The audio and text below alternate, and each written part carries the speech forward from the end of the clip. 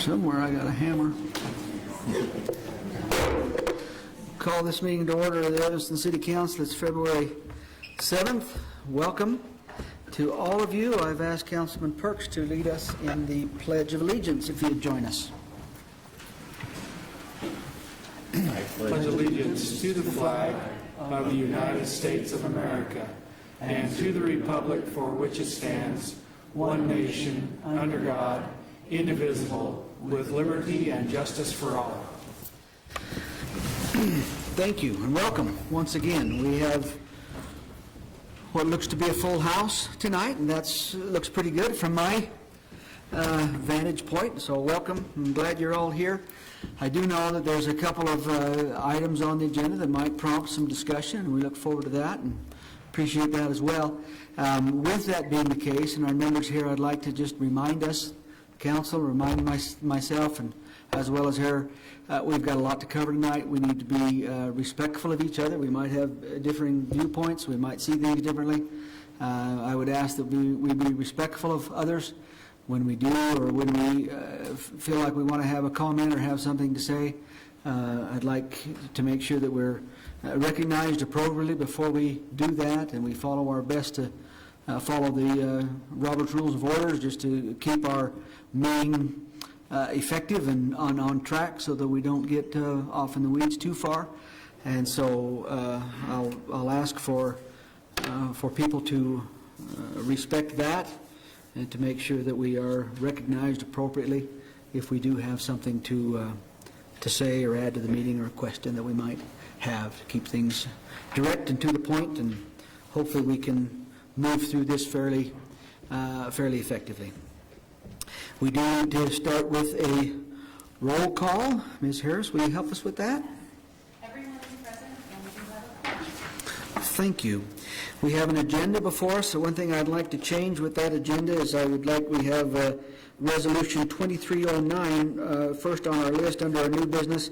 I would like to move that resolution to follow Resolution 2312, given that we've got some folks here from Salt Lake, and we'd like them to be able to head home anytime becomes appropriate. So with that in mind, I'll ask for a approval of the agenda with that change. I'll make that motion, Your Honor. Mr. Welling with a motion. Is there a second? I'll second. Mr. Sellers with a second. And any discussion? If there's no discussion, all in favor say aye. I've got a couple things I need to do, Rocco, before you can stay there if you want. He's just excited. I think it's great. I appreciate the ambition. Excellent. So we have an agenda. We've got the City Council minutes for the 17th, January 17th. Questions, comments, concerns regarding those minutes? If not, we will acknowledge those as they've been prepared and go to the work session minutes for January 24. Same thing there. Any questions, comments, concerns? If not, we'll acknowledge those as well, and we will go to the bills. We've got a warrant register with today's date on it.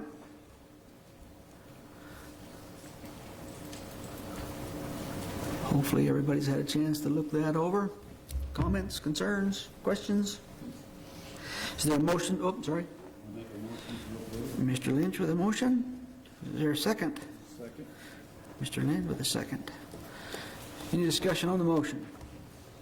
If there's no discussion, all in favor say aye. Aye. Aye. Are there any opposed? That's approved. We've got a revenue and expenditure report for December.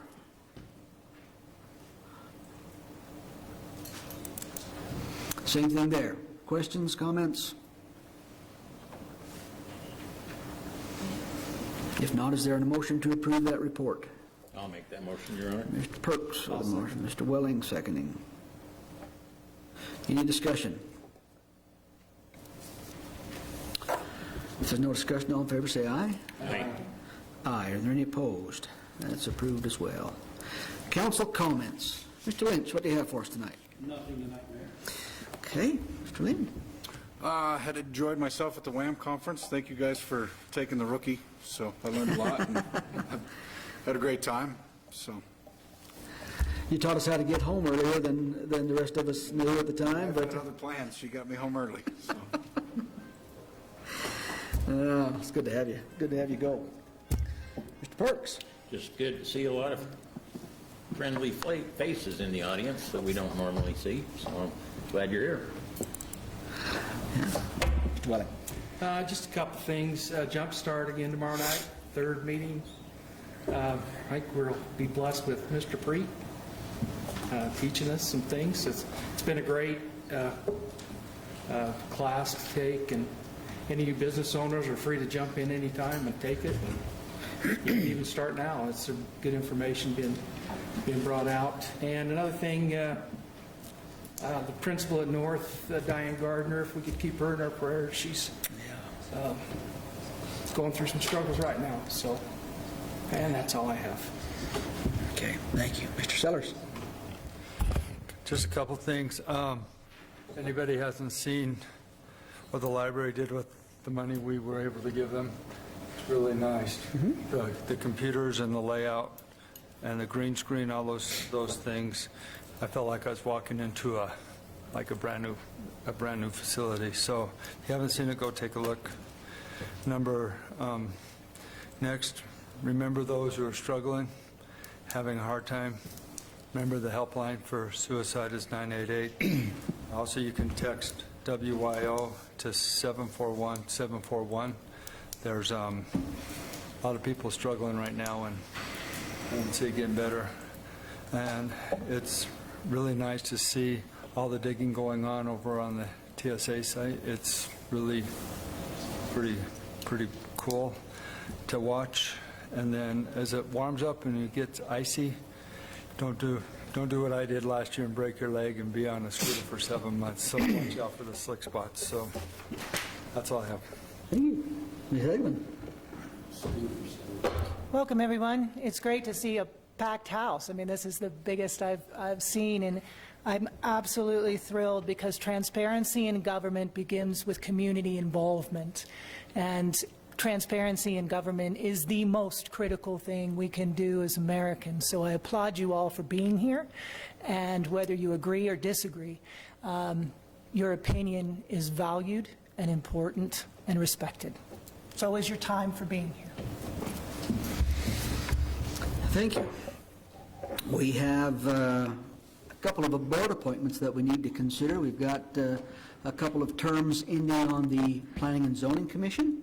We've got some individuals who have been on that board and have expressed a willingness to continue, and I have seen no reason to not continue those, so I would like to bring forth the names of Rowdy Dean and Bob Smith, both to be reappointed to the Planning and Zoning Commission for 3-year terms that would end January 2026. If there's somebody that'd like to make a motion to that effect. I'll make that motion. Mr. Welling. Is there a second? I'll second. Mr. Sellers seconding. Discussion. There's no discussion. All in favor say aye. Aye. Are there any opposed? That is approved, and we appreciate both of them and their willingness to continue to serve. On our consent agenda, we have a street closure open container permit requested by John Pence for the Evanston Car Show, Saturday, July 22nd. Main Street from 8th Street to Harrison, and 9th Street from front to center, and 10th from front to center, 6 a.m. to 3 p.m. Mr. Pence, is there anything you'd like us to know more about your car show? I think we're fairly familiar with it. You've done it for a few years now, and it's always been We've done it once or twice. yeah. We changed it up just a little bit this year. We're doing the kick-out streets. I've already talked with the police department and people about the street closure. And right there by the drugstore, it comes off of Front Street, comes up to Main Street. We usually leave that open so that the elderly folks can still come in and get their meds and stuff. That was one of their biggest concerns, and something they didn't like about the other events. It's simply closed for the drugstore. But the rest of the streets are closed in order for us to bring the car show further down because of the construction work that's going on at the library. We normally like to include the library. They usually take over all of our vendor spots so they can have some extra money for themselves and things, but I can't risk it. There's some expensive cars coming, and we don't want dust or dirt getting on their pretty cars. Sure.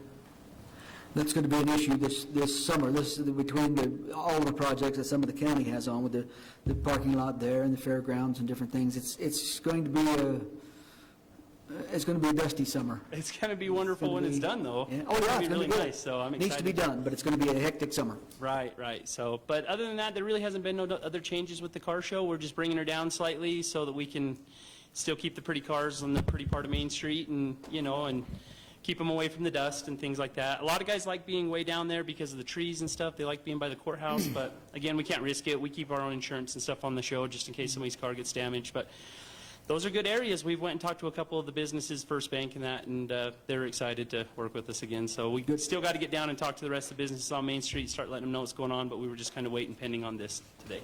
Sounds good. Any questions for Mr. Pence before we move on with this? I think it's a good car show. Good luck. I have Yeah. a statement to make, actually. Please, go ahead. Okay. I had a 3-paragraph online discussion about the gas chamber debate turned into a multi-day continuing tirade of false accusations and misleading narratives and threats. Excuse me, is this relative to the car show? It is. Okay. This is called cyberbullying and our cyber harassment and incites acts of aggression and violence. It is not a harmless behavior and why there are laws against it. I was surprised and horrified to find I was not the only person that has been subject to Mr. Pence's harassment and bullying. There are many citizens of the community that have had to endure his abusive behavior. I will not tolerate threats, veiled or direct, physical or cyber, against me, my fellow councilmen, my employees, or anyone in the community. I will not be told how to behave or silenced through intimidation and harassment. The one comment I constantly heard was, "That's Johnny being Johnny," before going on to detail a pattern of behavior that is unprofessional and dangerous. Why no one has addressed this behavior and why someone of this character has interactions with the city he tried to sue for getting beat up attending an event escapes me. Ms. Hagerman, is this going to get to be the car show at some point? Yes, it is. The car show's strongest attribute is its exposure to the city it brings to the city of Evanston. Some shops close, a lot report lost revenue, but remain open to support downtown and the city. I was one of them. The car show only profits a few. The least we can do is provide a safe and protected environment from a known volatile person. Otherwise, that makes the city complicit in our inaction. I personally will not be made to feel uncomfortable in my place of business that I work in 365 days a year and pay a mortgage on every month for someone that hosts an event half a day a year, nor should anyone ask me to. There are many people that coordinate car shows that have no negative history with the community, Main Street merchants, and that have previously tried to sue the city of Evanston. The old trope of boys will be boys is no longer accepted, and neither should "That's just Johnny being Johnny." Any other questions for Mr. Pence, or comments?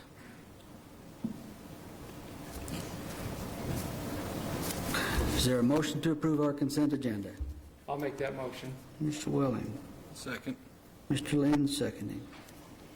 Any discussion on the motion? I think he does a great job with his car show, and we haven't any problems, so.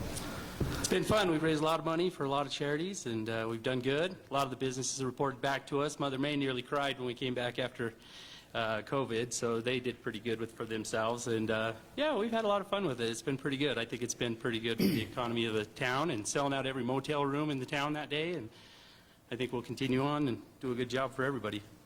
I think it brings attention to Evanston, which that's not a bad thing. So Absolutely. I think it's brought a lot of positivity to downtown, and we'll continue to just do the best job we possibly can. Thank you. Thank you. If there's no further discussion, all in favor say aye. Aye. Aye. Are there any opposed? Me, nay. Okay. So noted. We have no unfinished business. We'll go to new business, and we'll start there with Resolution 2310. Now you're on board, Rocco. Thank you. Oh, I'm sorry. See, you got me jumping again, too. Hey, will you read that title for us, please? Everybody's so excited to get Yes, Your Honor, and if I may, I'll read the three together that go with this project. Absolutely, And that'd be certainly great. you can vote on them separately, but we may as well introduce Perfect. them all together. Sounds great. Thank you. Resolution 2310, a resolution of the governing body of the City of Evanston, Wyoming, authorizing the execution of a development agreement with the Shades of Pale Incorporated for the construction and development of Section 4 of the historic roundhouse for operation of a brewery, tasting room, and restaurant. Resolution 2311, a resolution of the governing body of the City of Evanston, Wyoming, authorizing the granting and execution of a first right of refusal and notice of first right of refusal to Shades of Pale Incorporated for Section 3. And Resolution 2312, a resolution of the governing body of the City of Evanston, Wyoming, authorizing the execution of a lease with Shades of Pale Incorporated, a Utah corporation. Thank you. Rocco, you're on. Mr. Mayor, City Council, Rocco O'Neill, City of Evanston Community Development Department. I'm excited today to introduce Alexandra and Trent with Shades of Pale. A few of us had the opportunity to go down and tour their facility down in Salt Lake, and so I'll let them introduce themselves. They put together a pretty neat video for you guys today. But turn your attention to the TV, please. Excellent. If I can get the technology to work. So Section 4 of the Roundhouse, for those of you that aren't aware, is the north and westmost portion of the Roundhouse. It's the opposite side of the facility from the current Section 1 rentable space that several of you have used for weddings or other types of venues. You can see from the aerial there, it's the far end. And like I mentioned, Alex and Trent are sitting over here. We're lucky to have them here today. I won't steal the show from them, and I'll take this opportunity to play the video that they prepared. I can get my cursor to work.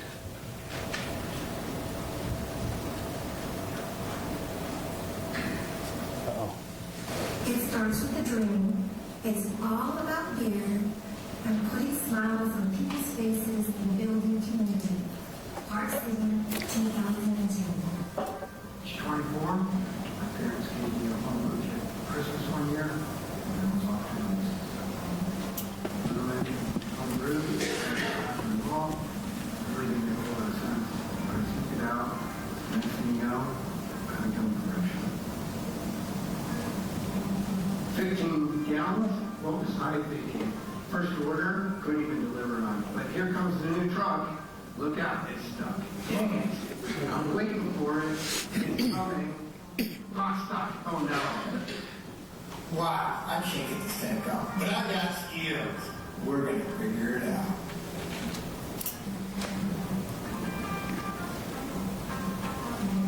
Oh boy, 7-barrel brew house. I couldn't wait to start brewing on this baby. Little did I know, there was no directions. Parts in that big box. Nothing to tell us how to put this thing together. All in Chinese. Who makes Chinese in America? Not me.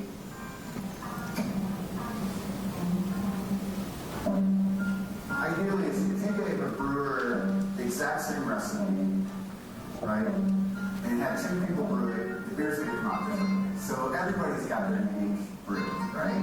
It could be a wheat beer, it could be a pale ale, it could be an IPA, it could be stout, whatever. 2 exact recipes, you get 2 different beers because you're going to have different equipment, different water, you know, different ways they do it, right? Different styles. But once we figured out the brew house and the Chinese and put it together, then we started packaging in kegs. Next thing we know, people are asking for bottles. Here we come. Well, inline bottler, we're on. However, it's time to upgrade again, once again. We ended up moving out into the parking lot to be able to bottle because we brought 6 more tanks in and couldn't handle the space. Next thing I know, I'm looking for a larger facility. Salt Lake, here we come. Moving the whole facility. Not something I want to do, but something we'll have to do again. Well, you know, it's that time again. Now we have to upgrade from that inline 6, which is really difficult to work with, to a rotary filler. We went from 25 cases an hour to 100 bottles per minute. I couldn't be happier. This was awesome. Although, we had to have a lot of volunteers to help us out. And we had a lot of volunteers throughout the years. We love them.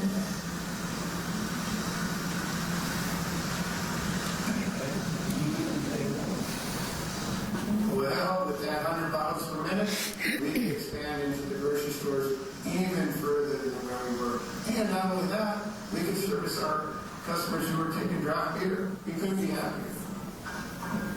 Well, one of the Dr. Bob Strauss, who worked on the Apollo and Gemini projects and actually got us to the moon.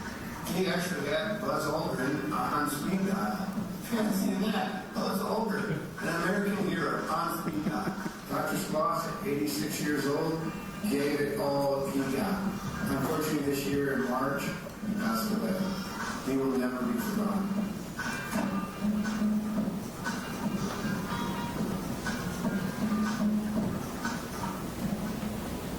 Seven-barrel brew house, we need 30-barrel tanks, 3 brews a day. Let's go. Still can't keep up. 30-barrel brew house installation yet. Bottles of Y2K, everybody wants cans. There's nothing static in the brewing industry. We're always upgrading machinery. You know how many cans, 100 cans a minute is? 4.5 cases a minute coming off the line. Come on, that's a lot of cans. It's Groundhog's Day, 90-barrel tanks. There we are. We just can't get a break. Look at these tanks, how tight they are. Brewers are just having a heck of a time trying to work between them. So tight, it's just not right.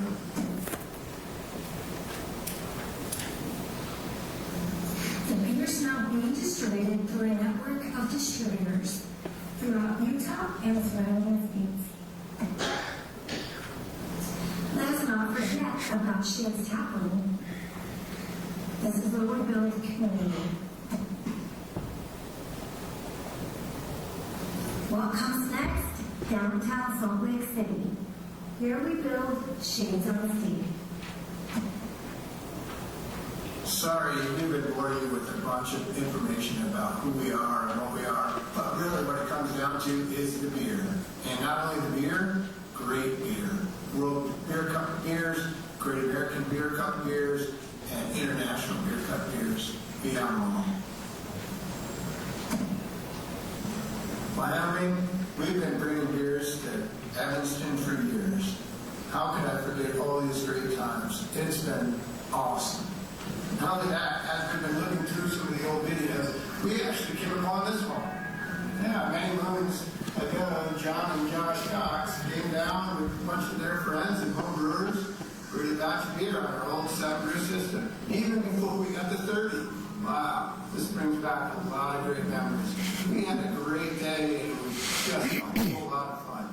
I think they really enjoyed their time down and learned a lot about commercial brewing. I hope they're still drinking our beer today, which I'm sure they are. It couldn't have been any better today.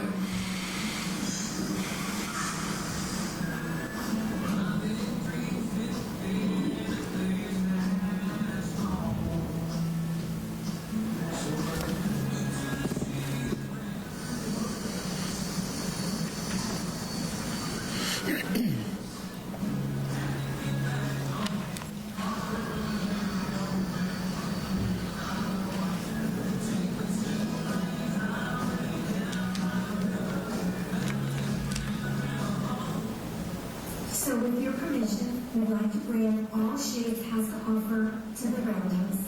Just a little bit older, a little bit wiser, we still bring the fun.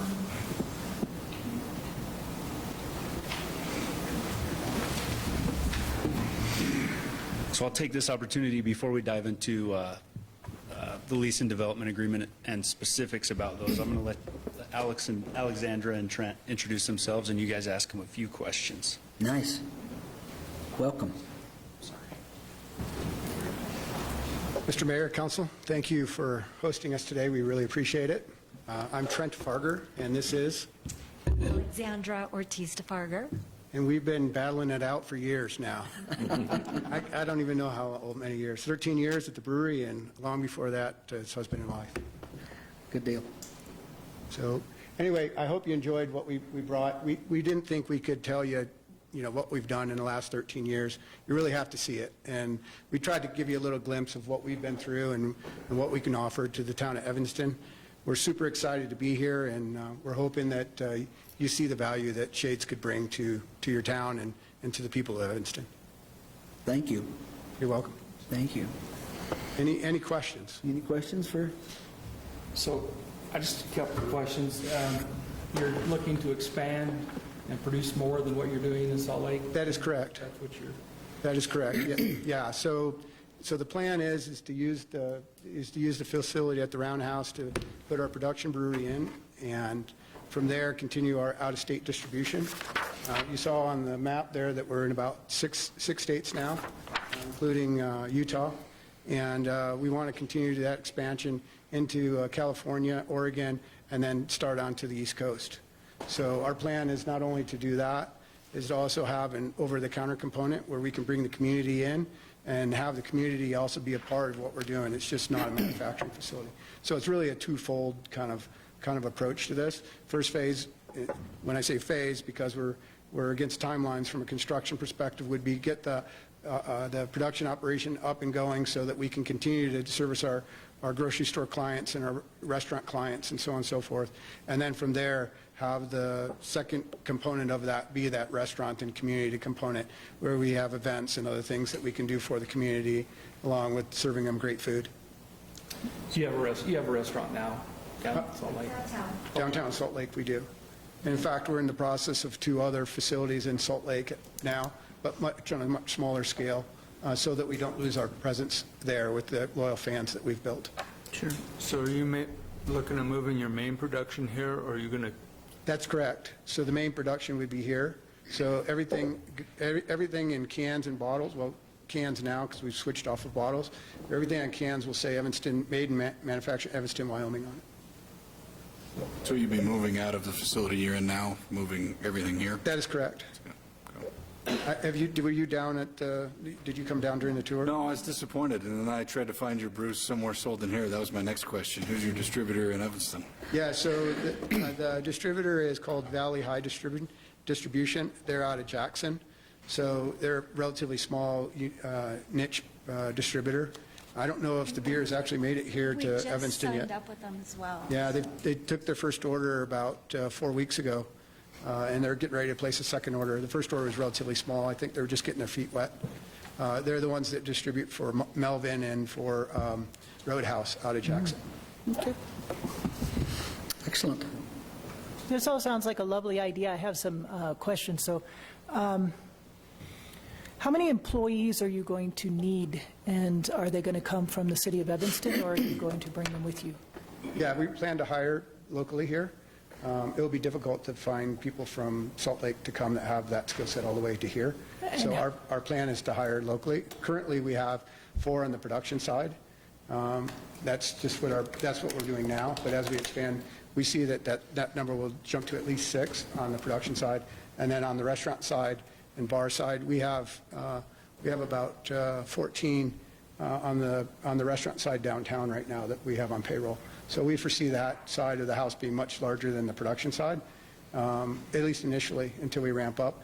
And then as we get more out-of-state distribution, then we'll hire more people in, and we'll end up having to work probably multiple shifts to be able to continue that work. And when do you, what's your estimated timing? So from what I'm gathering, the first part is the transfer and the build of equipment, which is going to take, I think it said June or something like that. Yeah, so obviously you see the roundhouse is dirt and posts and stuff, so there's a lot of infrastructure that needs to come in before we can actually move our equipment in place. So there's going to be a timeline once the architect is on board to be able to architect out the design and the development of that. Sure. We estimate that to take probably, the design element will probably take at least a month to 2 months to do, and then from there the construction would start once we can get contractors, and that's probably another couple months, and then we would hopefully be able to get that at least initial layment down to be able to get the production equipment in place and continue to brew, because we can't do that without that, obviously. So that timeline, if we can be out in production by July 30th or July 1st, that would be awesome. Now, I'm not sure that we can meet that timeline, given all the constraints, but that would be our target for just the production side. And it's just for brewing and distributing, not for restaurant. When would you anticipate the third? Is that when you want to do the restaurant and the third part? So because of the way the distribution works, it's not like I can just shut the faucet off and be like, okay, I'm sorry, Mr. Distributor, I can't provide you any beer. I won't have any grocery store shelves or any restaurants left. So we've got to be able to time this. The construction would be, at least in my mind, producing beer, And at the same time we're producing beer, the construction would continue on the restaurant component of it. So there's no really lapse. It's just, when I say a phased approach, it's not, we're trying not to do a big bang with both at the same time. We bite up a smaller chunk initially and then continue to work through that. So I would say that the bar restaurant would be, Maybe a month or two? yeah, a couple months behind the production side of things. I'm just trying to do the math, too, because, you know, it's business. So I'm looking at an estimated $1.5 million in infrastructure that's going into that side of the, that's being spent on this in Denver, and I'm not seeing the ROI real quick. And so that's why I'm asking you those questions, because we're in a as a scaled lease and everything, and I'm just thinking, okay, you know, how is that going to affect the local, you know, businesses and support, and also, you know, where is that ROI coming from and how soon? Well, I can't tell you how soon because I don't know. Yeah. I haven't sat down and looked at actually an ROI calculation from the city's perspective. You know, we looked at it from the standpoint of our financials and where we're at and what we're selling today and where we expect to scale going forward. And, you know, from a restaurant side, we know from our downtown facility, which it would be more similar to the over-the-counter service of what we're talking about, restaurant and bar. We know what that looks like from a revenue perspective, and I can tell you that that number is fairly significant compared to the distribution side. The margin on the distribution side is relatively low compared to the over-the-counter service. But I don't know specifically from that standpoint how fast of an ROI the city will recoup those funds. The other thing that, part of the reason as well as we were talking about the development and growth of Evanston is when we moved into the city of South Salt Lake, we were brought in by a nonprofit that was wanting to redevelop and wanting to really bring in an anchor that would help attract other businesses to the area and help grow up the area. So we have done that, so even beyond just what we can provide, we play well with local neighbors in terms of events, bringing things in that will help stimulate the local economy. And at least in South Salt Lake, there's, you know, now, you know, apartment buildings going around us. 6 other breweries and distilleries have come into the city since we've come in, and other shops. So we'd be like the anchor to help get more people and help stimulate some growth. And the last question I have is more of just a subjective question. Why would you put the tanks in quadrant 4? The only reason I ask that is because that's the most beautiful with all the windows and, you know, just begs for a mezzanine in a restaurant and everything overlooking the tracks versus tanks. Sure. You know, just gonna. No. So it is the most beautiful spot. Right. Beer tourism is a thing. Right. And people who love beer love to see the tanks. So in our estimation and our hope to draw more beer tourism and beer tourists is that it would be a beautiful space and that the tanks would add to that beauty. And we do see a mezzanine and a restaurant there as well. But the tanks to be like a showpiece. Right. As well. Yeah, kind of like High West. Yeah. It's a beautiful job. That's up there. I see it now. Thanks. Sure. Thank you. Logistically, how do you guys see that? Because, I mean, as far as bringing in trucks that are that size, you guys have seen that location. Logistically, you feel comfortable being able to get in and out of there? Yeah, so it's one point of discussion that we've had, certainly. There will have to be some modifications to the building to be able to handle that, and be able to move product in and out of the space. Dock. So we've talked about how we would do that, and that'd be part of the improvements to the building to be able to get the trucks in and out. Yeah, we definitely don't want to unload them like we did. I suspect not. We have skills. We don't. The skills have surpassed, the tanks have surpassed my skills, let me put it that way. Well, thank you. I appreciate that. I do know that this, if you want to, you're welcome, unless you want something more to tell us. If you want to sit down, I'm going to open it up to see if there's anybody else here that has anything that they would like to say too. This might have some emotion to it, so okay. I'll open that up, and then we might bring you back up if that works. Go ahead, Rocco. If it's okay with you, Mayor, I'll finish off this, if I can figure out my technology here. Finish off this PowerPoint and run through the remaining of the slides, just touch on the major principles of the lease. Oh my gosh. Sorry.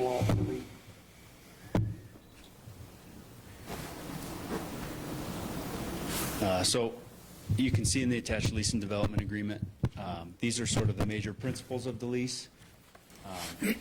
Like Alexandra and Trent went over this, the city's portion of this will include the floors, seismic, drains, HVAC, loading dock, exterior doors, and when I say that, I mean their security system, turning that over, the doors over to them when they take over the lease.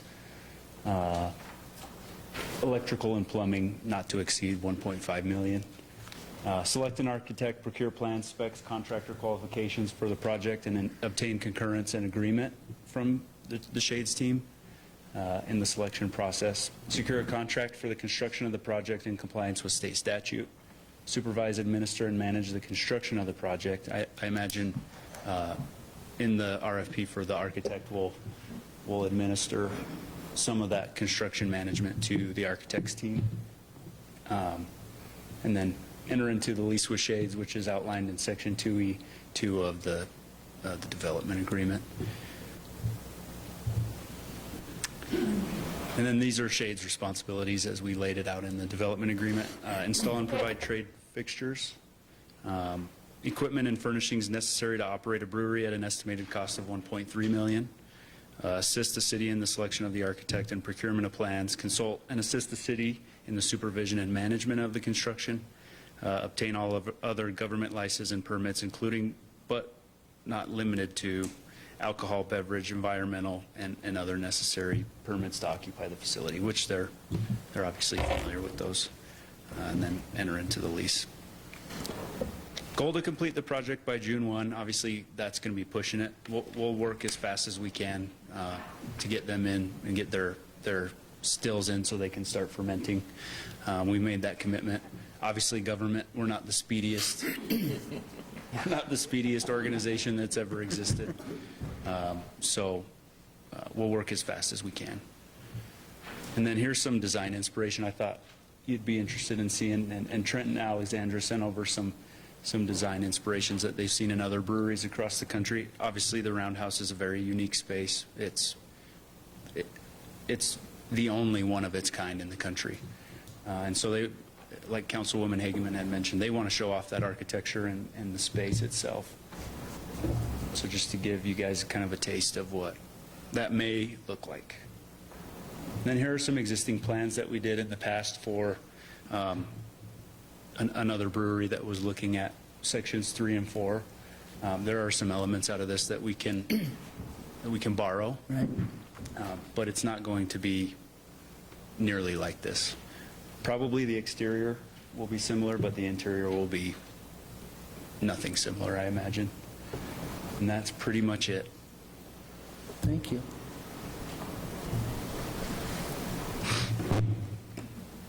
Thanks, Rocco. Yeah. Any questions for Rocco before we move on?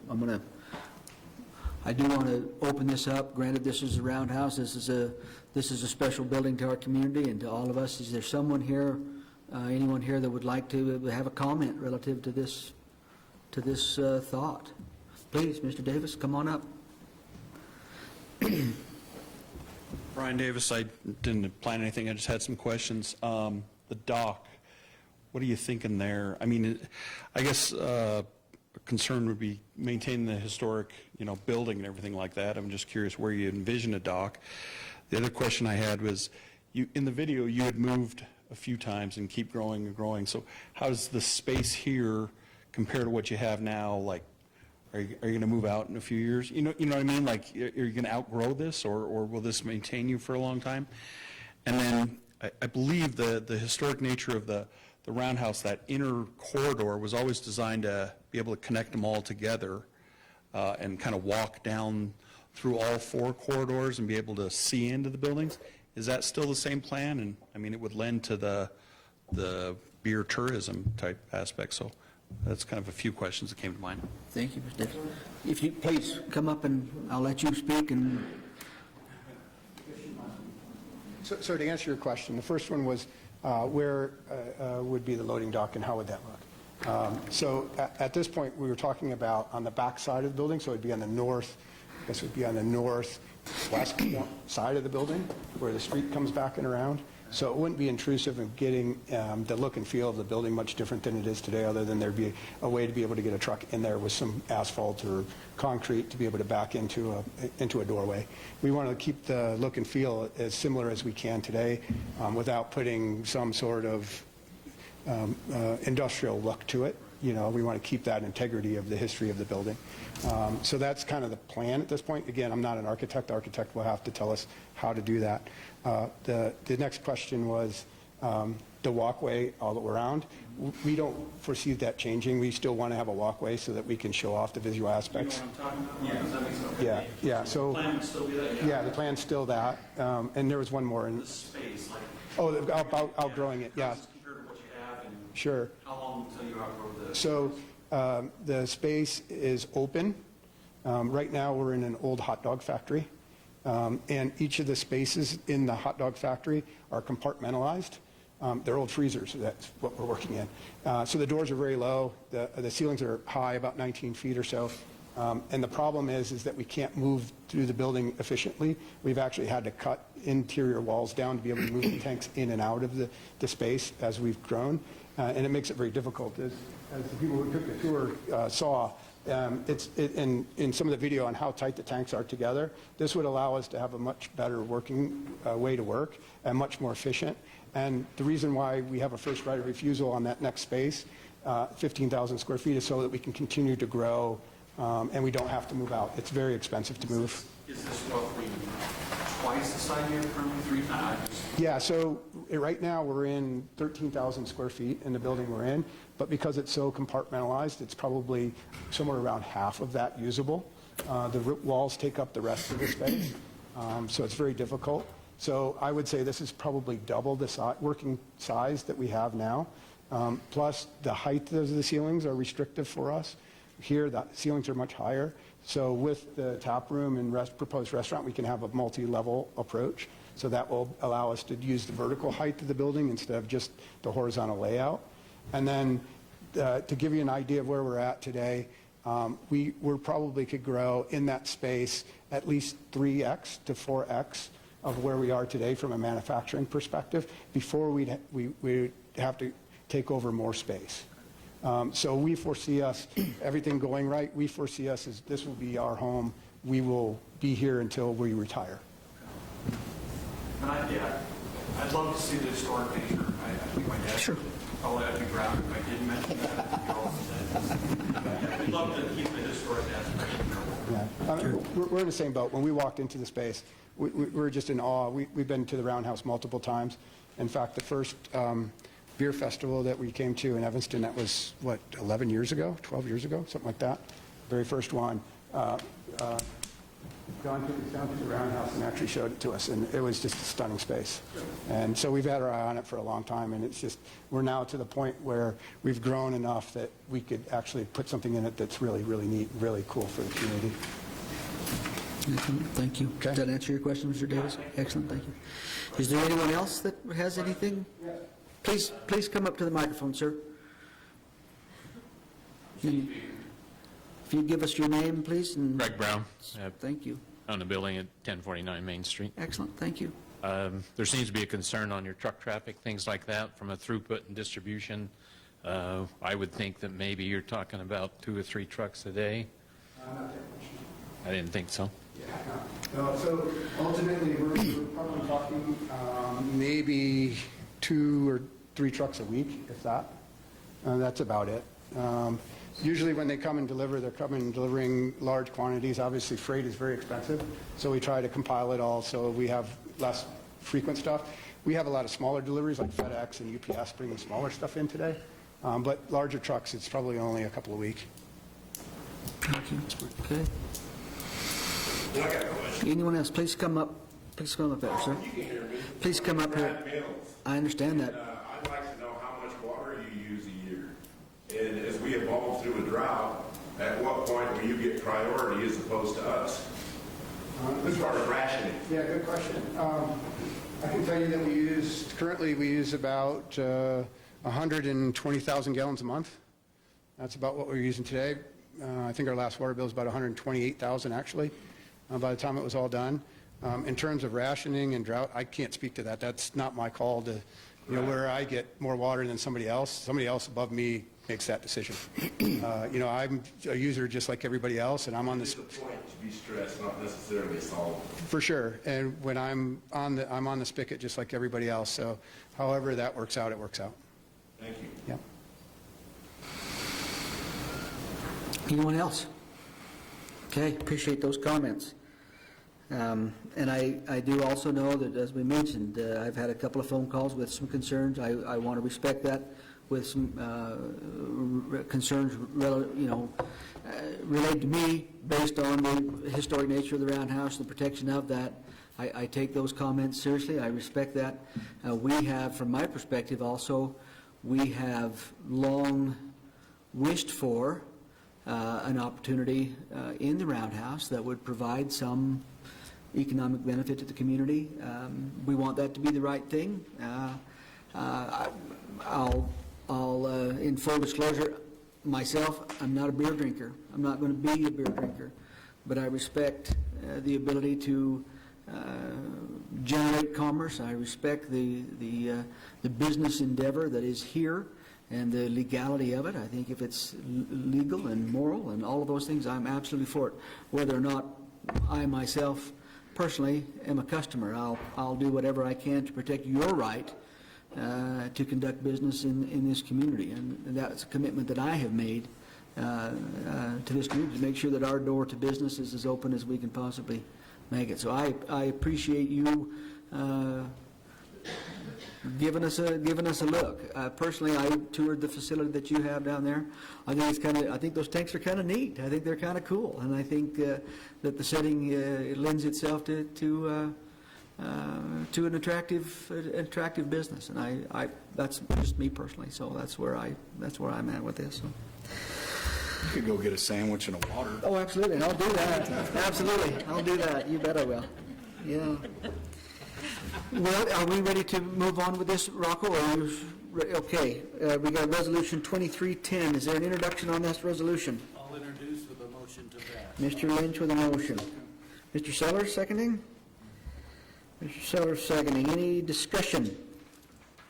I just want to make a comment that we've been trying to put something in there for a long time, and I think we really need something tourist friendly. I think we have a lot of people come. We got the old timers who come and show people around. I think it'd be a nice place on a hot day for them to, they drink or not, to have a place to go and get a bite to eat while they're down there touring. We've got all sorts of other plans down there, and I'm excited. I like the anchor concept, and the other brewery, when we were looking at that, I thought it was a great anchor, and I hope you guys are the key to being able to do 3 and 2 and get those going and bring in other things that will attract people to Evanston. So thank you. Thank you. Further discussion? I think this is a very small town at first while you're building such a big plant, and I think it's imperative that you communicate with the other like businesses in the area more.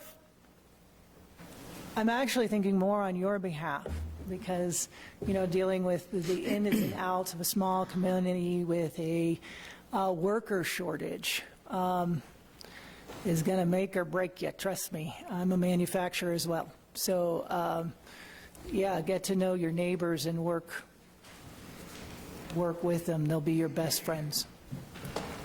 Thank you. Any further discussion? Just let me get the first beer out of the tap house. I'll race you.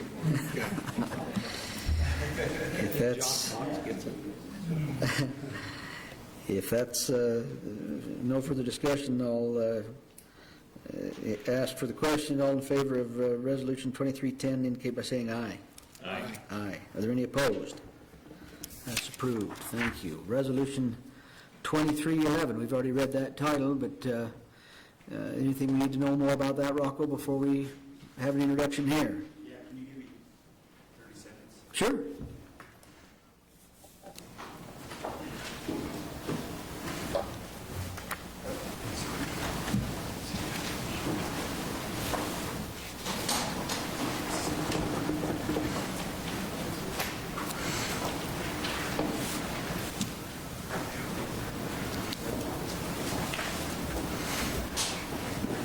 I gave him 30 seconds. I didn't tell him he could leave.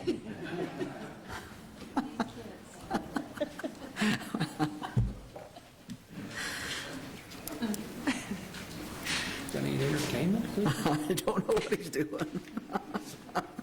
Have some music we could play. Oh, here he's coming back. We'll be all right.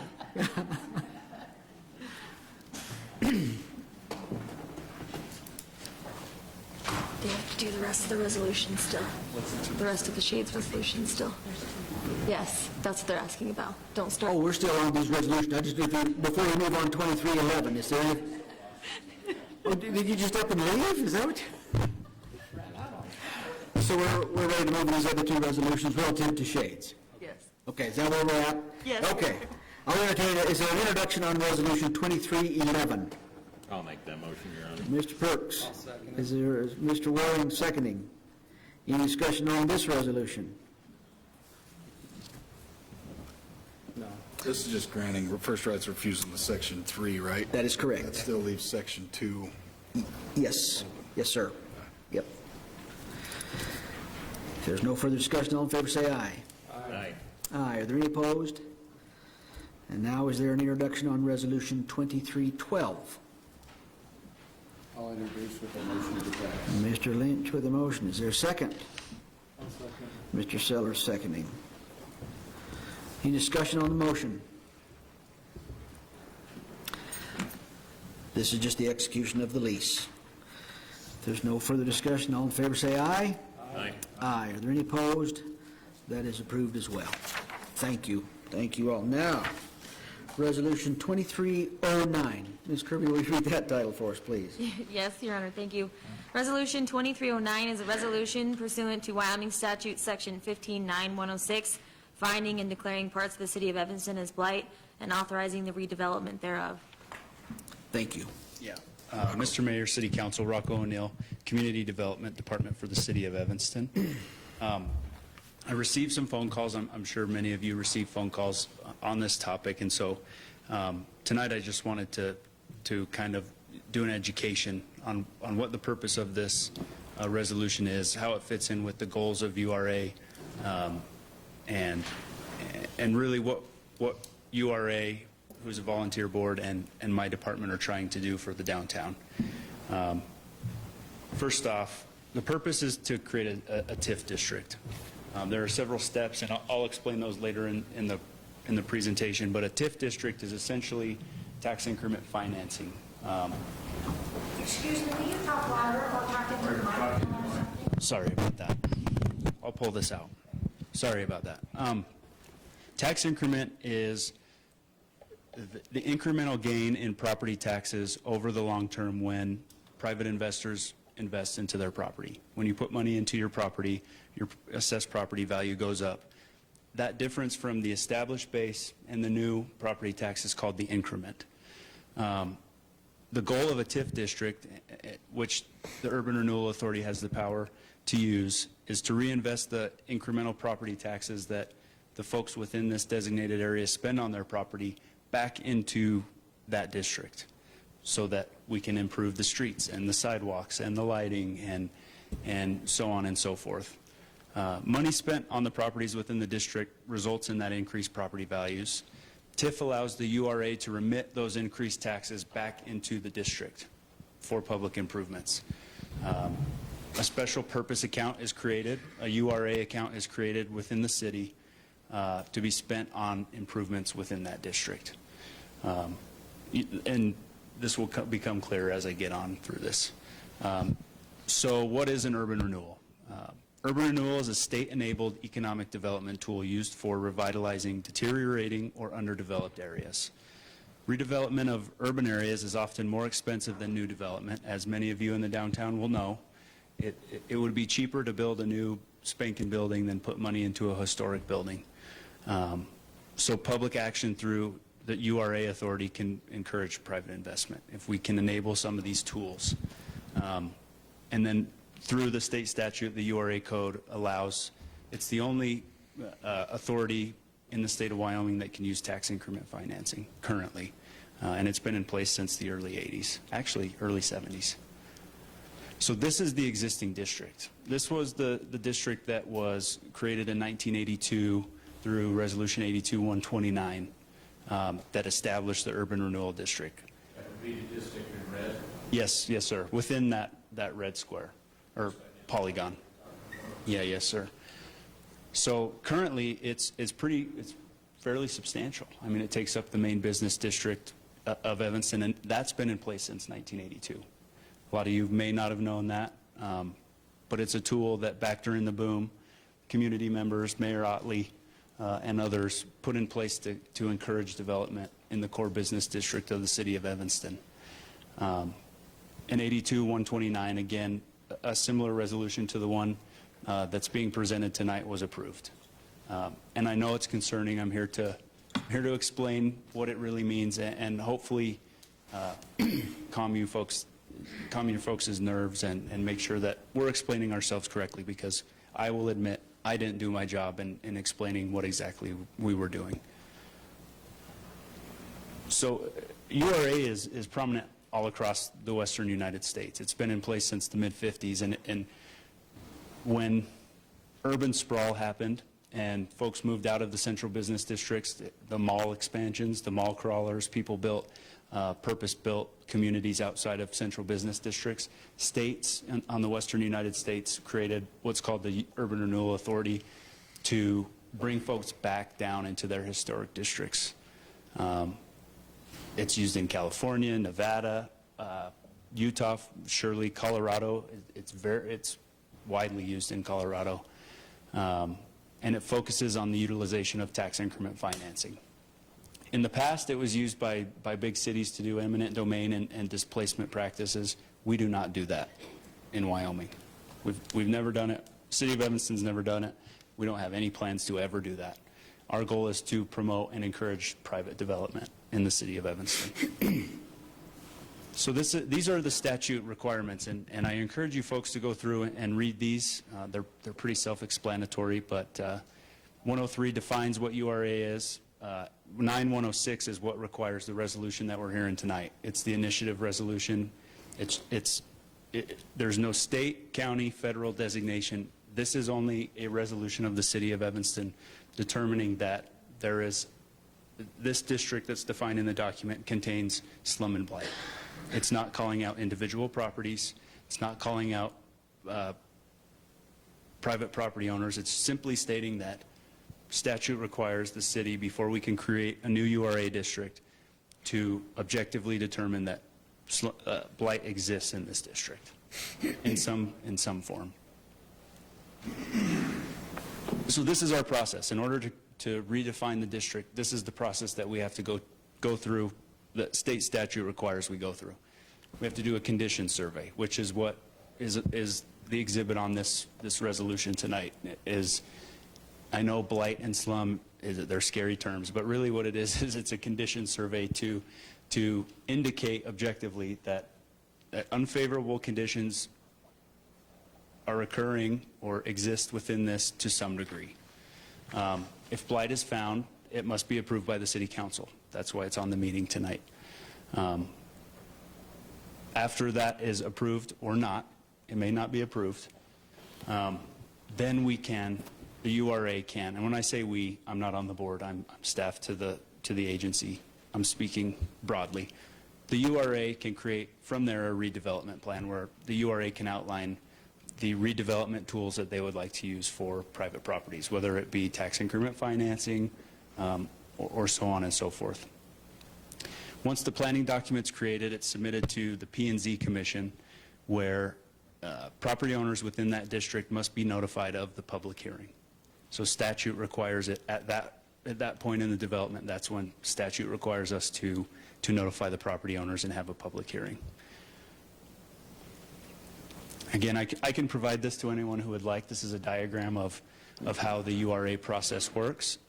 It can be confusing. It's a lot of education. Trust me, it took me a long time to educate myself on this because we hadn't been practicing it as it's intended to be used in the city of Evanston for a long time. But I can provide this at the end to anybody who would like it. Again, these are just statutes. I don't want to bore you to death. And so this is the part that I really wanted to jump into. Blight does not mean a property is ugly. It does not mean a use is bad or that property values will decrease. In fact, since we passed the initial blight survey in 1982, property values in the district have gone up over 500%. Realtors, it's a myth that realtors won't market a property or the government is coming to take your property. Those are all myths. That is not the intention of this. The intention of this program is to provide an incentive to private property owners to invest into their properties. And you're going to pay increased property taxes regardless. This is a tool to remit those taxes back to you over the long term. And URAs exist all over the state of Wyoming: Casper, Cheyenne, Laramie, Evanston, Rock Springs, and Green River. Ours is fairly long-standing. It's been in place since '82, like I mentioned. So it's not an unfamiliar practice. For example, this is how the city of Cheyenne has used it in the last couple of years. For any of you who may have been involved in politics over the years, you may have heard of the Hitching Post in Cheyenne. It's a very famous hotel. Well, in 2010, there was an arson, criminal investigation, liens on the property, and the city offered to buy the property and seek grants. In 2019, there was a remediation effort that cost the city over $2 million. Well,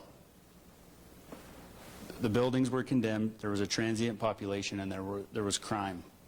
So the city created urban renewal to incentivize private development to kickstart that project because there was an enormous financial gap.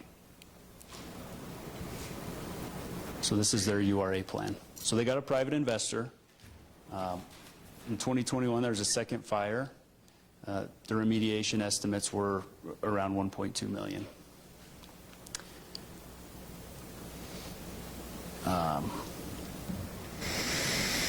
They utilized the TIF for the public benefit.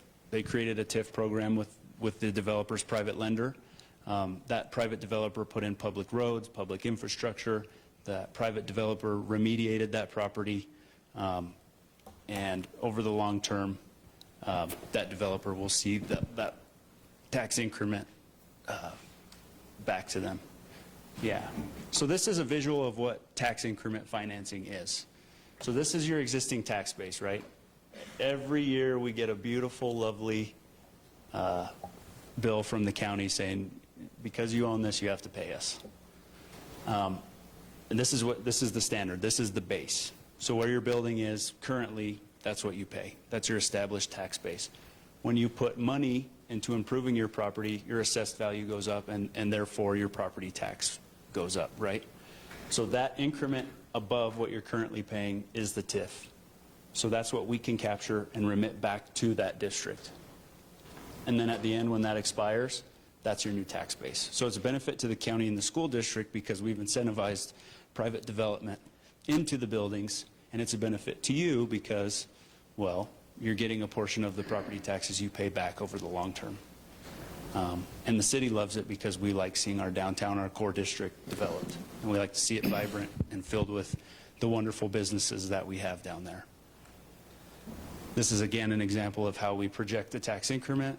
This is a sample tax increment financing assistance application that the city of Cheyenne uses if you want to do a facade improvement on your building or you want to put in a splash pad in the middle of your parking lot. Who knows what people want to do. You can apply for tax increment through the urban renewal once this process is completed. This is the Hitching Post project in Cheyenne. It's been very successful. Any questions? So creating this actually makes those vacant buildings more marketable for a private investor, right? That's the hope. Yeah, that's the hope. I will say, my recommendation to the council is to table this. I think we have an obligation to educate the public and do our job more effectively. And so I will do that. We will do that. And that would be my recommendation. But I'm here to answer questions. Why are you recommending we shrink that area down? Yeah, so that's an extensive shrink. Yeah, so that was the main reason for this, right? That area that we covered in the beginning is very broad. So it covers basically from Jody's Diner across Bear River Drive behind the fairgrounds, roundhouse down to that half block on Front Street and down and around the highway.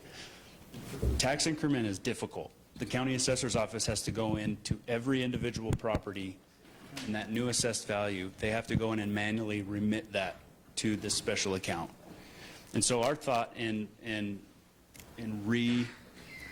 reestablishing the district was to shrink it and make it more manageable so that we can learn in this process with the county assessor.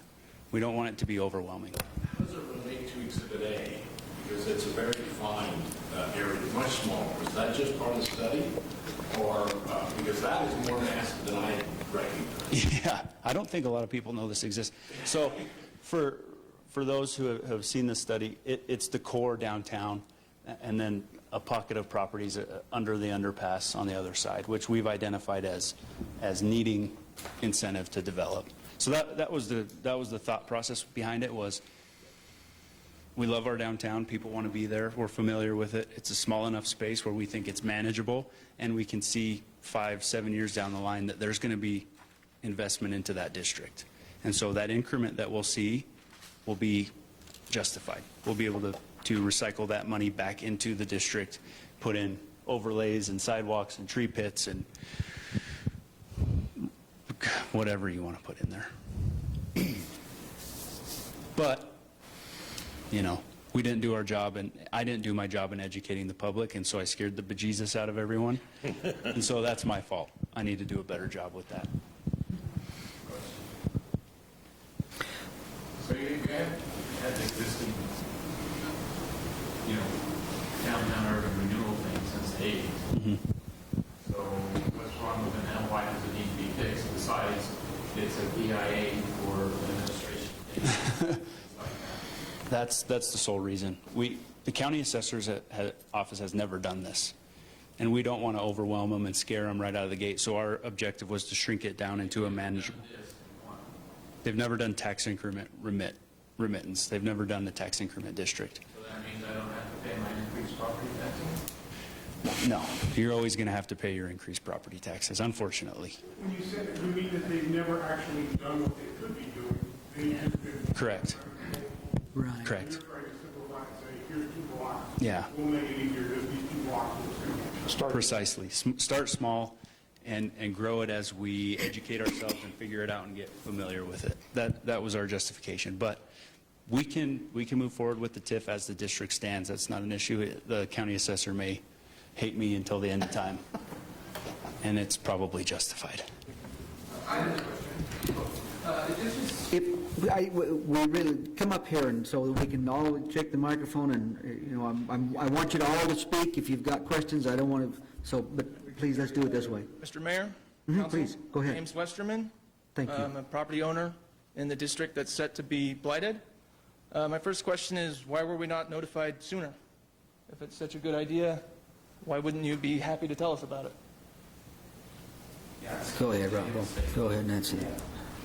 And again, I'll own up to that mistake. I didn't do my job in educating the downtown property owners. In all fairness to Rockwell, we had a work session about this that was posted. Correct. And anybody could have come to the work session.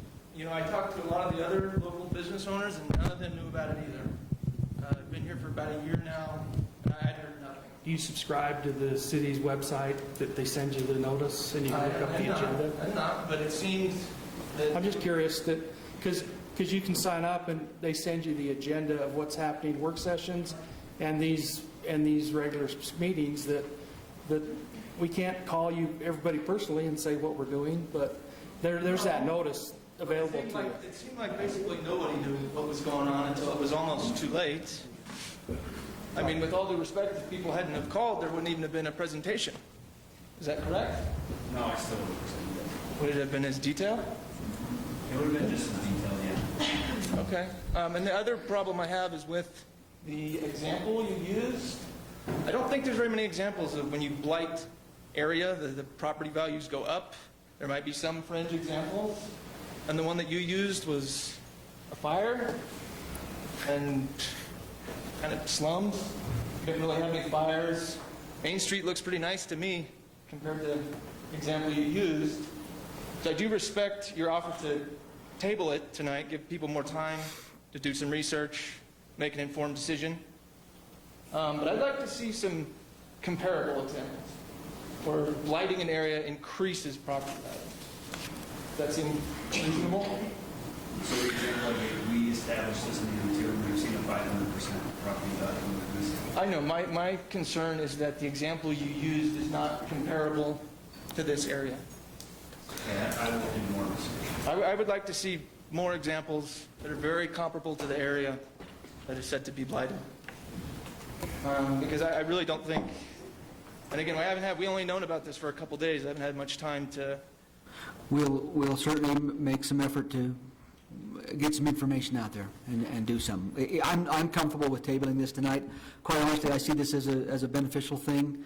We've got the area that we've identified back 40 years ago, and truly this resolution here today would just simply decrease the size of that area. So, I mean, the processes and the efforts that have been in place that we're talking about have been in place for a long, long time.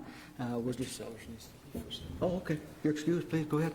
And then, and so, yeah, I have no problem with tabling this tonight. I really don't want to see this go away right now, but if we table this and offer some ability to look at it a little further and make sure everybody's comfortable with it before we move on, I'm completely okay with that. Okay, I would appreciate that. Thank you. Thank you. Please come up, Mr. Preet. Is that?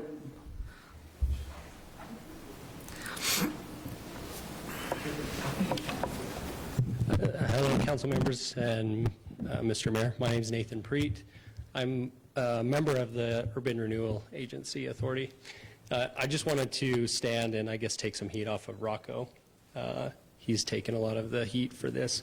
I just wanted to answer some questions as well, just to clear the URA so that there's not any, I guess, idea that we're trying to do something. The implication that we're trying to designate these areas as blight or we're doing something to answer your question, the areas are already designated as blight by the 1982 statute. So the fears that this is going to affect your property value in any way, it's been happening for 40 years. So the purpose of the blight study was to shrink the size of the area so that the project area for URA was smaller, easier for the county to work with, but also the money that you spend on your property taxes would be remitted directly into that specific area. As the current zone map is built, property, for example, down on Front Street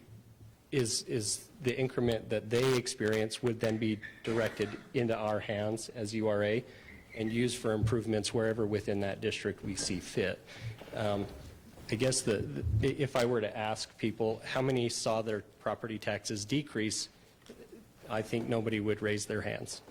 This doesn't increase your taxes. It's just as your taxes naturally increase, that money is then remitted to the URA for improvements within the district boundary that we set instead of going to the county. That's it. That's the only difference between what's currently happening and what will happen in the future. So you're saying that entire red chicken is already designated blight? It was established in 1983. And so the idea that like banks won't loan money in that area, that can't be true, or the banks are making mistakes, but it's already been designated as blight. So what we're doing isn't changing anything. The buildings don't magically become run down. Personally, as a member of the URA, I'm in favor of keeping the district as large as possible. It is a pain for the county, but that seems like their problem, not our problem. So you're not blighting any new area? No. We were basically shrinking the area that's currently blighted. For example, if you look on Front Street, the improvements that have been made on Front Street down by the interstate, the original blight study that was done in 1982 was to designate that area, and the intention was to encourage people that were coming off of the interstate to then travel to the downtown area. The purpose for us was to improve the downtown to make it more appealing for people, so they're not just stopping at the Maverick and the McDonald's and then getting back on the interstate. Thank you for saying that. I still like it one time. Sure. Yeah, I understand. Now, we've never, ever collected that increase in property taxes and used it for anything. So that's going to be a positive step to help revitalize the downtown or improve it. I have a question. So if we have been doing this since 1983, and it has been on the books, then why haven't we been collecting the money, which, and I agree with you, it's their problem, but that should have been on the books. Why are we affirming, why not just maintain this law and just shrink down the thing? So why are we voting to affirm a law? Is that what we're doing, affirming the 1983 law? The idea was the 1983 resolution is this map, and the resolution that was before the council today is a smaller map. But we've seen that map, a smaller map? Is that Exhibit A? I believe so. It's the eight. It's the small core area, and what that does is that all of the property value increase within that district has to be remitted back into improvements in that specific district. The reason that it hasn't been done in the past is that it's complicated, and the Urban Renewal Agency has had other projects that they've worked on in the past. As far as I'm concerned, they've done a great job with the projects that they've worked on, but this is something that we've been educated on recently in the last 2 years. There's almost a completely new board at the Urban Renewal, and once we learned that this was an option, and we've seen success stories like what they've done in Colorado and Cheyenne, we felt like as a new board we could take on this project.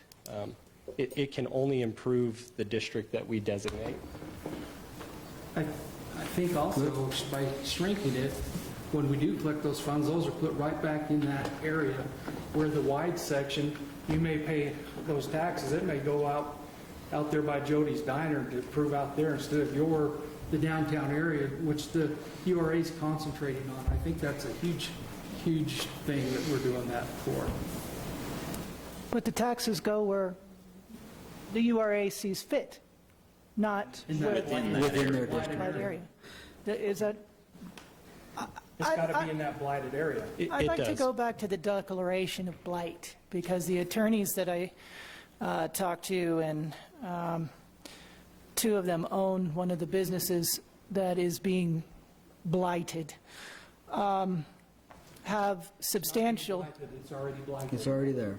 In 1982, it was probably fit the description that I'm about to read, which is, it is hereby found and declared that there exist in municipalities of the state slum and blighted areas as herein defined, which constitute a serious menace, injurious to the public health, safety, morals, and welfare of the residents of the state, that the existence of such areas contributes substantial to the spread of disease and crime, constitutes an economic and social liability, imposing onerous municipal burdens which decrease the tax base and revenues, substantially impairs or arrests the sound growth of municipalities, retards the provisions of housing accommodations, aggravates traffic, substantially impairs or arrests the elimination of traffic hazards, and improvement of traffic facilities.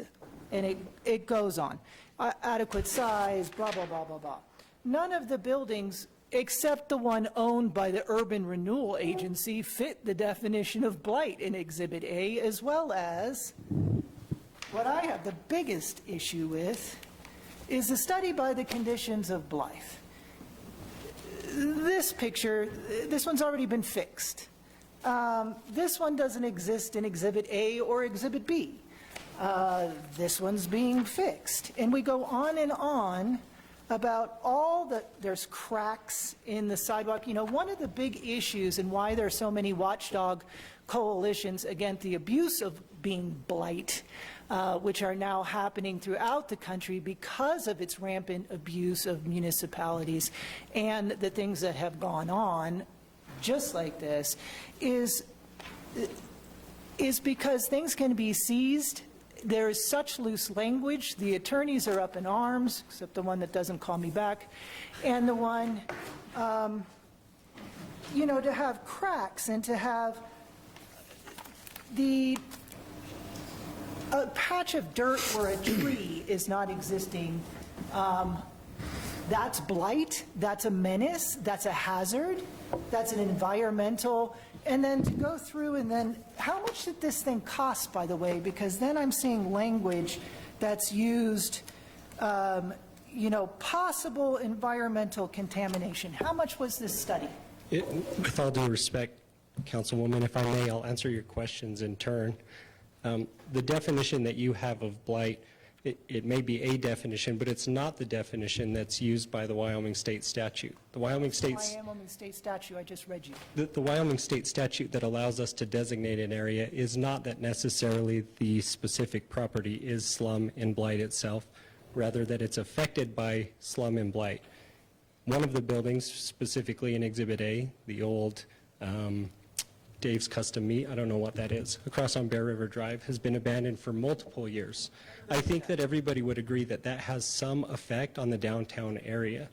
I would also say that the tree pit that you're referencing is also an area that the city may not have it in their budget to do improvements specifically in those areas. It doesn't mean that it has to be run down, causing disease or spreading mayhem. It's just that it's not improved and it has a negative effect on the values of the properties within the district. You and Rocco are the only people I have talked to, and I have been up endlessly researching it, from a government urban renewal agency specific attorney to the attorneys on here and everyone else, as well as just, you know, Google. It's an amazing resource. You are the only ones saying that. And TIF really benefits developers. You left that part out. Now, for me, whose best friend is a developer, TIF would be amazing for me. But I don't see how it's going to help the average individual. And with the subjective nature, and that is the biggest thing with the language in blight, that it can be derailed and go from anything from a crack in the sidewalk to wanting to paint people's businesses a specific color to seizing assets.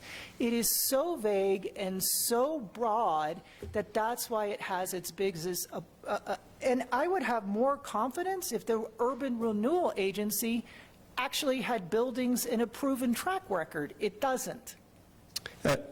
Madam Councilwoman, we have the roundhouse that was spoken so highly of today was in fact an urban renewal project originally, and now it's considered an amazing asset to the community. The Strand Theater is also an urban renewal asset, which has been improved and has been the beneficiary of at least $1 million worth of grant money that was written by the Urban Renewal Agency. So if you're asking where's for the a track ROI record on it? They've been sitting empty. We're just seeing the roundhouse has been done and millions of dollars have been spent, and it's sat empty for years and years. That's not a success. That is somebody who does something and sits on it. The Evanston Hotel has $1 million into it. It's the only blight building in there. I mean, I'm glad for the Strand, but what's it pulling back? There's a return on these things. It's business. Yes, the value of the Strand maybe is not financial, but it does provide a cultural meeting place that is used for the community. And like I said, the new board of the Urban Renewal Agency is not in the habit or in the preference to maintain and own properties. That's not our intention. It's not our intention to ever seize any properties either. And so as a member of that, I can tell you I will never vote in favor of anything eminent domain. It's not in my purview anyway. But that's not the intention. The intention is simply to take a district that's been designated, that's affected by lack of repairs or lack of investment, and put that money that you're paying already, that property owners are already paying, back into that specific district rather than remitting those taxes continuously to the county that may be used anywhere. The downtown Exhibit A seems to be doing just fine, except for the urban renewals building. The one across the street in Exhibit B, the butcher shop, the old butcher shop, I agree, 100%. It should be blight, absolutely. But of all the places to declare blight, because you can, from my understanding, one of the biggest reasons a municipality goes in and declares blight is because you can now borrow bonds that the community is now responsible for. Madam Councilwoman, the area is not blighted. It's not a verb, and it has already been designated as blight. In 1982, when it was blight. But the resolution and never where has expires. all the money gone to? I didn't get a cent when I was redoing my building. We have never as a URA implemented tax increment financing until the attempt to redo the district and do that currently. Okay, so when the government has an issue with this, because we've got pictures of awnings that could be fixed with a wrench, and staircases that have been backed into by a garbage truck that have been fixed, and buildings that don't even exist in Exhibit A or Exhibit B, which you put before us, this doesn't need to be tabled. This needs to be started from scratch all over again with community involvement. Because do you have a business? Do you own a property in this area? Yes, ma'am, I do. Which one? I am the Vice President of Dustbusters Enterprises here in Evanston. We've been here since 1986. And which building do you own? I own the building at 65 Rail Center. It's not within the blighted area. Well, I just asked you, do you own a business in a building in the blighted area?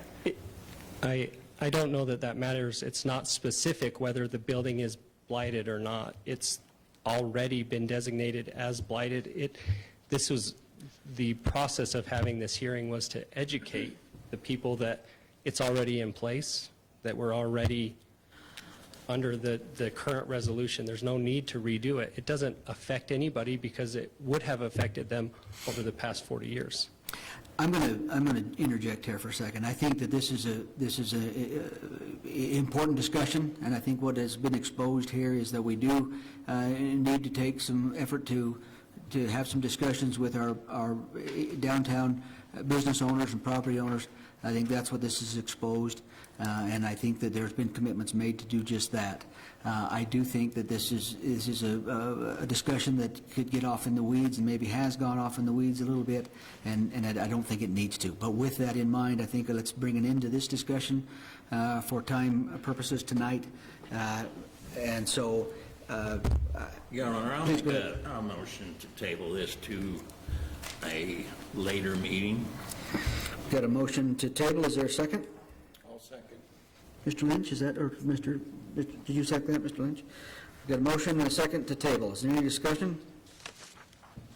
A comment. The Urban Renewal Agency has spent several years raising money through grant money, through fundraising, through everything to try and better this community.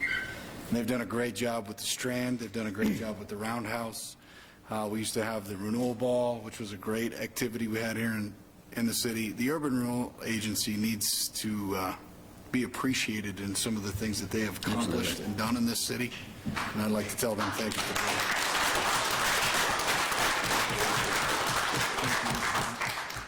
Any further discussion? I'd just like to make a comment, too, because having grown up here and being old enough to remember in 1982, Evanston wasn't run down. There was a lot of good in Evanston at that point. The Cornet store, I mean, they've changed that. The East End, Bear River Drive, A&W was there. There was some. It was a hopping. Mr. Mills is noting me. Better than now. Yeah, it was. More to offer the community than now. Yeah, it was. The bowling alley was out there. There was a lot. There was a lot of good. So, I just want to make a comment that I can remember back that far. I'm old enough to remember that we were in the same, when that district was formed, most of the area was about the same condition as, and some even better. Thank you. Thank you. I'll call for the question. All in favor of tabling this issue indicate by saying aye. Aye. Aye. Are there any opposed? That is tabled. Thank you, Council. Thank you. We will go on to Resolution 2313. Ms. Kirby, will you read that title for us, please? Yes, Your Honor. It's Resolution 2313, Resolution of the City of Evanston, Wyoming, authorizing the signing of a warranty deed to Clean Energy, a California corporation, and clarifying the legal description of the property. Thank you. Who's going to present to us on this particular issue? I can just take care of it. Your Honor, with the purchase, as you know... Excuse me for a second. Gentlemen, we've got a meeting to continue here, so if you want to have some discussions, you're welcome to, but will you please go out in the hallway and have your discussions there so that we can continue our meeting. Ms. Kirby. Thank you, Your Honor. The lease with option to purchase by previously North Star, now Clean Energy, that was entered back into in 2012. Clean Energy has now exercised their option to purchase. This has already been approved by resolution. However, there is a subdivision within the time period of when the lease and the purchase agreement came forward. And so just as a formality for title, Clean Energy's council asked that we pass this resolution to clarify why the legal description in the lease is different than the legal description in the purchase agreement. Excellent. Thank you. I mean, I'll just add to that. This in my mind is an example of exactly how business council involvement and city building and infrastructure and those things are supposed to work, although this has taken a little longer than we would have liked, but this is an opportunity to put this building back in private hands, and I think that is the goal, or needs to be the goal, of what we do as a city. The city government is not a good landlord. We have appreciated Clean Energy. They're a great community partner. We want them to be completely successful, but we are thrilled, I am thrilled, to see this property go to them, and we wish them, or I wish them, a great deal of success at that location. This is how this is supposed to work. So with that, I will entertain an introduction on this resolution. Mr. Sellers? I'll second it. Mr. Welling seconding. Any discussion? If there's no discussion, all in favor say aye. Aye. Aye. Are there any opposed? That is approved. Thank you. Resolution 2314. Ms. Kirby, please. Thank you, Your Honor. This is a resolution of the City of Evanston, Wyoming, authorizing the trade of real property with School District Number 1, Uintah County, Wyoming, and the execution of deeds and necessary documents to complete the trade. Thank you. Mr. Barker.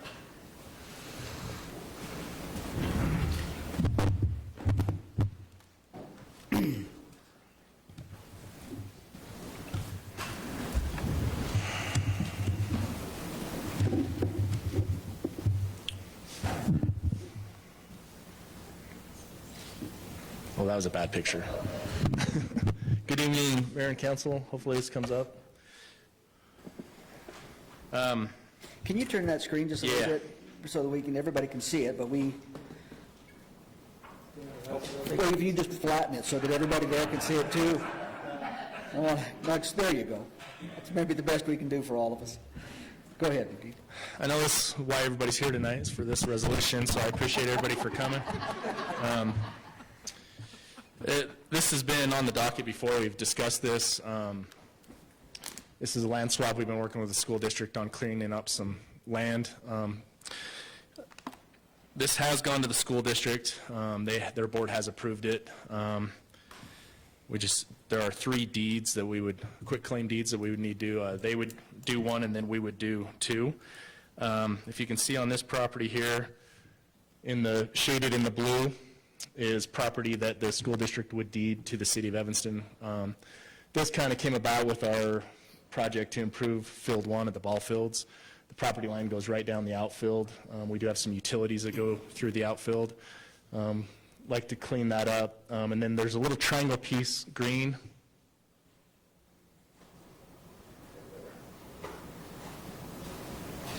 that we would deed to them. It's where their gate is. It just gives them access without an easement. And then the property that we would also deed to them is the triangle piece behind the Boys and Girls Club.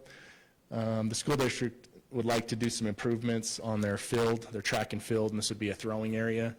Holly West has been involved in this process. They've actually constructed a fence down that property line. And so the new property line would actually just go down the fence that's currently there. We would retain an easement because we do have a storm drain facility that drains the parking lot that stubs out there. We'd retain an easement to be able to access and clean that storm drain. And I can answer any questions. Seems pretty straightforward. I think all of us have been involved in many of these discussions relative to the ball field improvements. I mean, that's this land transfer would perhaps facilitate that, but I do need to say that we have run into some hurdles relative to financing for that. So what the time frame might be on that moving forward is anybody's guess at this point, but this will certainly facilitate that down the road when and if we do come up with. So I think this is a good idea to do. Yeah, in my mind, if we went after grants and application, they would have to be on the application with us. I mean, if we own the property, I think it would clean that up where we'd be the only applicant for grants and funding. And there was probably never really a need to transfer that property in the past, where we've always had good agreements and worked well together. They've approached us with this triangle piece, and it's kind of like we just, try to make things equitable and equal. And School district has always been a good partner. We've always try to make things fair. Absolutely. So. I think this worked well for the youth club, for the city, and for the school district in all intents and purposes. Absolutely. Yeah, and we wouldn't do anything without letting the youth club know. They've been involved and on board with this the entire time, and they have agreements in place directly with the school district as well with their facilities and field and things. So, excellent. Is there an introduction on this resolution? I'll introduce with a motion to approve. Mr. Lind with a motion, Mr. Welling seconding. Any discussion? There's no discussion. All in favor say aye. Aye. Aye. Are there any opposed? That's approved. Thank you, Mr. Barker. Ordinance 2301. Ms. Kirby, please read that title for us. Thank you, Your Honor. Ordinance 2301 is an ordinance of the City of Evanston, Wyoming, amending Section 1537, pettit larceny, and adding Section 1537.1, theft of services, to the City Code to amend the title and mirror the monetary language of state statute for theft of Section 1537, and codify the criminal act of theft of services in Section 1537.1. And this is the first reading. Thank you. Chief? Yes, Your Honor, members of council. What this will basically do is it does not expand the powers of the police department or create a gotcha law. It simply codifies a city ordinance, a law that we can enforce through Circuit Court of Uena County. And just like we can enforce shoplifting in city court and some other ordinances like DUI that can also be enforced through Circuit Court, there's some laws that we cannot enforce through city court, like juvenile tobacco offenses and insurance violations. But this will expand the ability to, when you have someone that falls a victim, to maybe get their day in court. Sometimes Circuit Court does get overloaded, and then going to Circuit Court has to be prosecuted by the county attorney's office, and it will just allow more option to give the victims and the defendants their day in court. Excellent. What's that? Through city court, right? That's correct. Yes. Okay, is there, does this being an ordinance, is there someone who wishes to sponsor it? I'll sponsor. Mr. Seller's going to be our sponsor? Okay, I will entertain a motion to approve ordinance 2301 on first reading. I'll make that motion. Mr. Lynch, is there a second? I'll second it. Mr. Welling seconding. Any discussion? There's no discussion. All in favor say aye. Aye. Aye. Are there any opposed? That's approved on first reading. Thank you, sir. Thank you. While you're up there, Chief, you have anything more for us tonight while you're there? No, sir, I have no comment tonight. Okay. Thank you. Thank you. Mr. Robinson, you have anything for us? Governor Gordon declared this week in Wyoming in recognition of our water and wastewater operators. Excellent. And so I just want to recognize our 16 employees who work harder every day to keep us safe and clean water and take care of our service. Please express our appreciation to all of them. They do a good job for us. Thank Are you giving free tours this week, or is that? Tomorrow's a good day, I think. Mr. O'Neill, do you have anything more for us tonight? Okay. Mr. Barker? No, Your Honor. Mr. Wheelers, back there. Ms. Lim? Ms. Harris? Ms. Kirby? Nothing else. Public participation. Is there anyone here that would like to address the council from the public that would like to address the council for any reason? Please, Mr. Branish, come forward.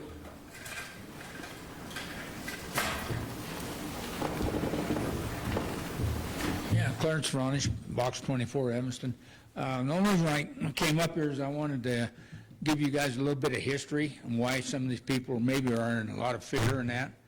When that original district set up, it was set up and it provided an assessment for all of the properties that were downtown so they could buy money and build parking lots.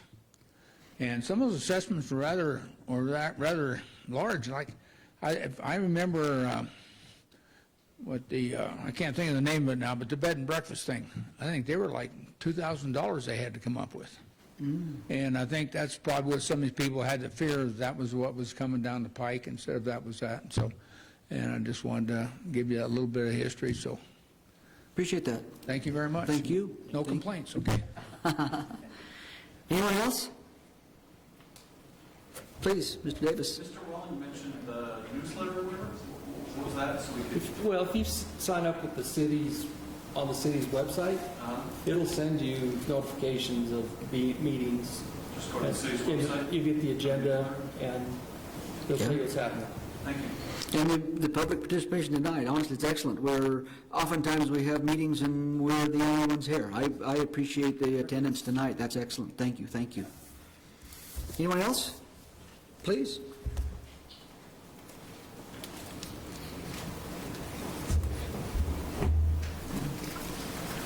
Brittany Erickson. Part of the reason that Jen was so angry was because of my post on Facebook.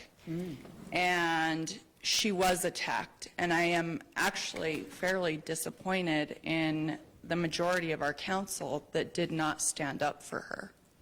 As a new council member, she was doing her job. She spent countless hours doing the proper research to provide you guys with the education that we need. And she was let down. Thank you. Anyone else? If not, we'll adjourn. Thank you.